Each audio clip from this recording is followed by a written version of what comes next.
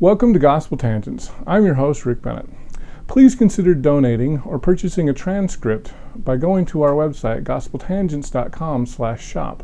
You'll help support other documentaries and podcasts such as this.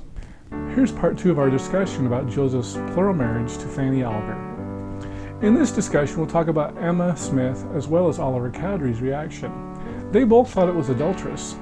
On the other hand, Fanny's family seemed to believe that it was a legitimate marriage. What does Brian Hales think about this? All right, well, let's go on. So somehow this relationship was discovered. You alluded to that Emma wasn't very pleased with it, and neither was Oliver Cowdery. Can you talk about their reactions and how they discovered it? Yes, and in an appendix here, in my volume 2, and I'm not trying to plug my books, they're out in paperback now. You can plug away. I'm plug? perfectly fine with that. They're great books. But I'll just hold this up to the camera. And I think I actually have posted this appendix on mormonpolygamydocuments.com.org. So if you go there, I think I actually have put this up there. But the point is that there's only 19 accounts that we have that talk about Fanny.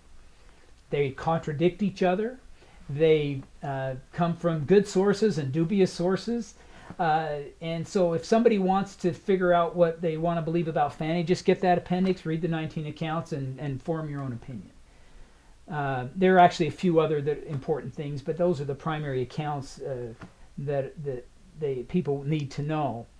What we understand is that more or less the people that Joseph Smith told about Fanny Alger as a plural wife, they didn't believe him. But most of the people that learned it from Fanny did believe, which is interesting. Fanny's family believed. The family that Fanny went to live with Chauncey Webb and Eliza Jane Webb. They believed that this was an actual marriage. But Joseph is caught with Fanny, and they're in a haymow. They're in a barn. And we were out there in Kirtland with the John Whitmer Historical Association meeting this last September, and I asked Mark, I said, where's the barn? You know, he had no idea. It's long since been destroyed, but they were discovered by Emma in the act. Now, we could assume that was something sexual. I mean, some people want to say, well, it was in the act of getting married by Levi, the ceremony. Bit of a stretch. Maybe it was just in the act of something affectionate. Virtually anything affectionate would have been over the line in Emma's eyes, understandably.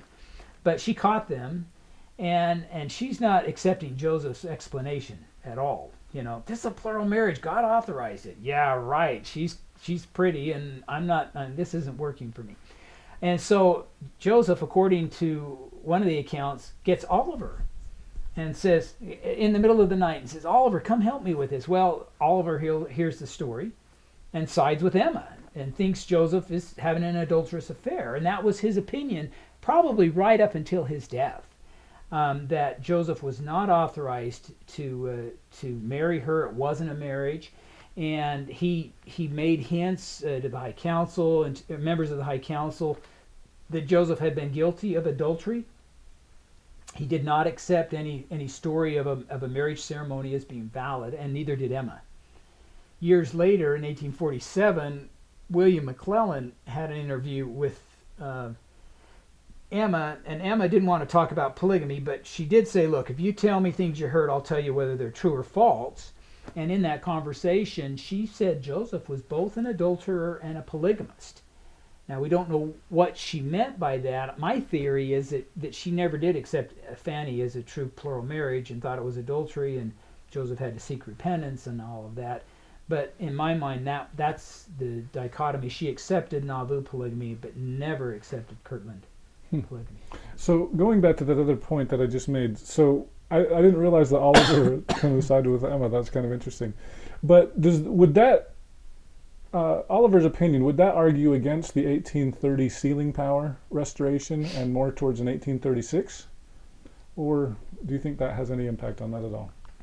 You know, I do personally believe that even though he was there, Oliver was there receiving this authority from Elijah, Moses, and Elias, I really am not convinced that they knew what this authority was all about.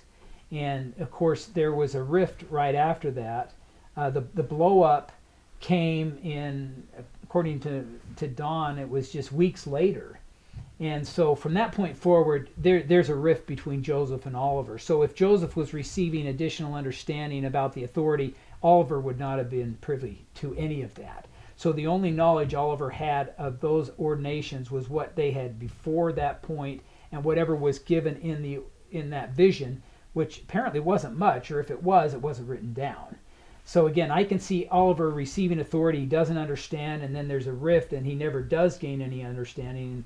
But Joseph, in fact, receives additional revelation during the next 4 or 5 years that help him understand it. Well, that revelation in 1836 wasn't written down for 40 years, so it definitely took a while. Well, they did have it in third person written down. Oh, they did? Yeah, they do. I mean, the critics of the church don't attack the timeline associated with the April 3rd, 1836 revelation. It was recorded, that is lost. It was turned into third person for the history just within days by, I think, Warren Parrish. And that account we do have. In fact, it was published in the Ensign by Elder Jensen, Martin K. Jensen, when he was... So you can see it there. But it's in third person, and that was changed. So. Okay, so it wasn't canonized for 40 years, but it was written down right away. Okay. Well, great. So what happened to Fanny? So this was... Do you know when it was discovered, and then what happened to Fanny after? It's an interesting story, and I'm not that expert on it, but Don has them being discovered, I think it's June of 36, and Emma throws her out of the house, understandably.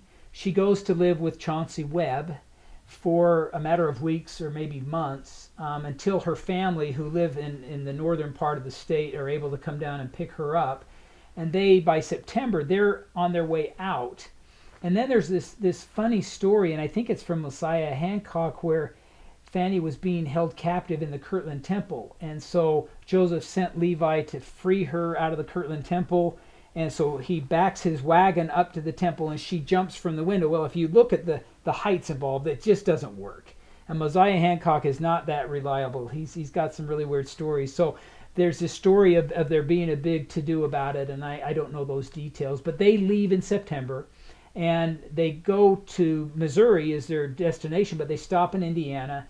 There Fanny marries a guy named Solomon Custer. And Don theorizes that Fanny is pregnant. And that's why she jumps into this marriage so quickly.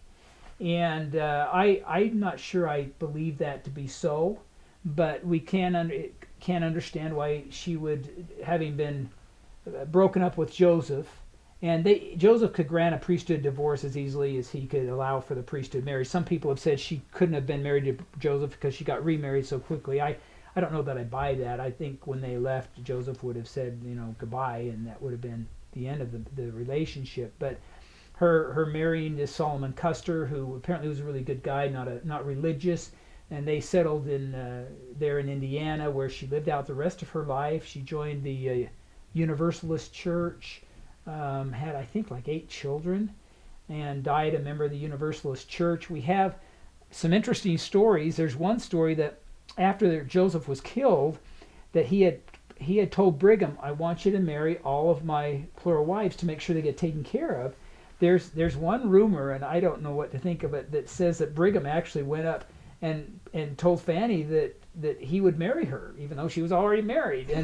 And yet, just to fulfill the letter of this law that Joseph allegedly told the 12, but the story doesn't say that Fanny was offended and threw him out of the house, but has her just responding that I want to be the wife of one husband, and sent Brigham on his way. But I don't know if that's true. We have a little more reliable story from Benjamin Johnson, who said that Fanny's brother had approached her and asked her about her relationship with Brigham, or with Joseph rather, her relationship with Joseph Smith in the marriage, and her response was simply that that's all my own affair, and didn't say anything to elaborate on it. So, but her family, Fanny's family, went to Nauvoo.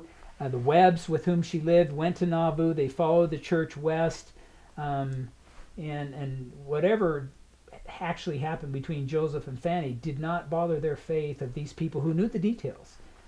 Same with Eliza Snow. Now, was it true that her parents came all the way to Utah? Her brother did, brother did. And I don't know for sure if they died or all, but they didn't leave the church. It's interesting that John Alger in 1891, this is right after the 1890 manifesto, he left the church over the manifesto. He had a polygamous wife, and he could not accept that. So again, some irony. Fanny's there. brother was a polygamist, and he left the church over the manifesto of 1890. Wow, So, I did not know that. Yeah, Wow, that's interesting. I don't know how you want to read that if comparing it to 1835, but that is very interesting. I hope you enjoyed our discussion with Dr. Brian Hales. In our next conversation, we'll talk about whether polygamy is fair to women. Carolyn Pearson has recently written a book called The Ghost of Eternal Polygamy, where she states that polygamy is unfair to women. What does Brian Hales think about this? And of course, on earth, polygamy is not fair. It's unequal.